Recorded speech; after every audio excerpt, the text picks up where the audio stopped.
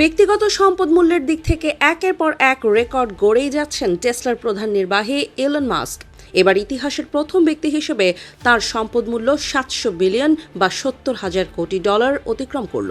Forbes ম্যাগাজিনের real time বিলিয়নিয়ারের তালিকা অনুযায়ী ইলন মাস্কের বর্তমান সম্পদ মূল্য 748.9 বিলিয়ন বা 74,890 কোটি ডলার। এই বাস্তবতায় ধারণা করা হচ্ছে ইতিহাসের প্রথম ব্যক্তি হিসেবে মাস্কের সম্পদ মূল্য 1 ট্রিলিয়ন বা 1 লাখ কোটি ডলার স্পর্শ করবে। এর আগে গত সপ্তাহে ইলন মাস্কের সম্পদ মূল্য 600 বিলিয়ন বা 60,000 কোটি ডলার অতিক্রম করে। মাস্কের মহাকাশ বিষয়ক কোম্পানি স্পেস এক্সের শেয়ার দ্রুতই বাজারে আসছে। এ খবর ছড়িয়ে পড়ার পর তার অন্যান্য কোম্পানির শেয়ারের দাম বেড়ে যায়, ফলে তার সম্পদ মূল্য 60,000 কোটি ডলার অতিক্রম করে যায়। ইলন মাস্কের সম্পদ মূল্য এত দ্রুত 700 বিলিয়ন অতিক্রম করার পেছনে আদালতের রায়ের ভূমিকা আছে। বিষয়টি হলো, টেসলার প্রধান নির্বাহী হিসেবে ইলন মাস্কের বিশাল অঙ্কের বেতন প্যাকেজ বহাল রাখার নির্দেশ দিয়েছেন যুক্তরাষ্ট্রের ডেলওয়্যার অঙ্গরাজ্যের সুপ্রিম কোর্ট।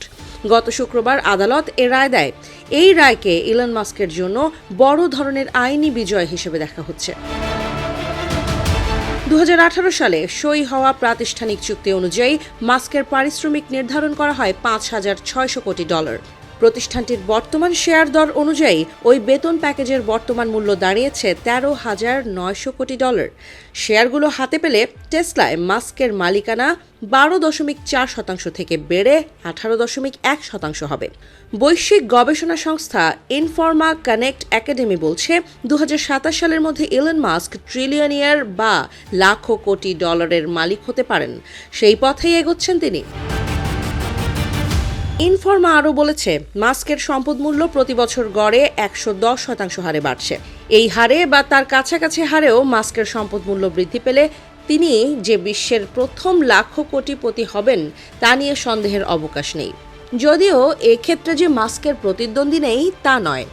ইনফরমার তথ্যানুসারে বিশ্বের অন্যতম দামি কোম্পানি এনভিডিআর সিইও বা প্রধান নির্বাহী জেনসেন হুয়াং 2028 সালের মধ্যে ট্রিলিয়নিয়ার বা লাখো কোটিপতি হতে পারেন। এখন যে কৃত্রিম বুদ্ধিমত্তার বাড়ন্ত তা সম্ভব হচ্ছে এনভিডিআর উচ্চমানের চিপের কল্যাণে। কিছুদিন আগেই বাজার মূলধনের দিক থেকে এনভিডিআর বিশ্বের শীর্ষ কোম্পানি হয়।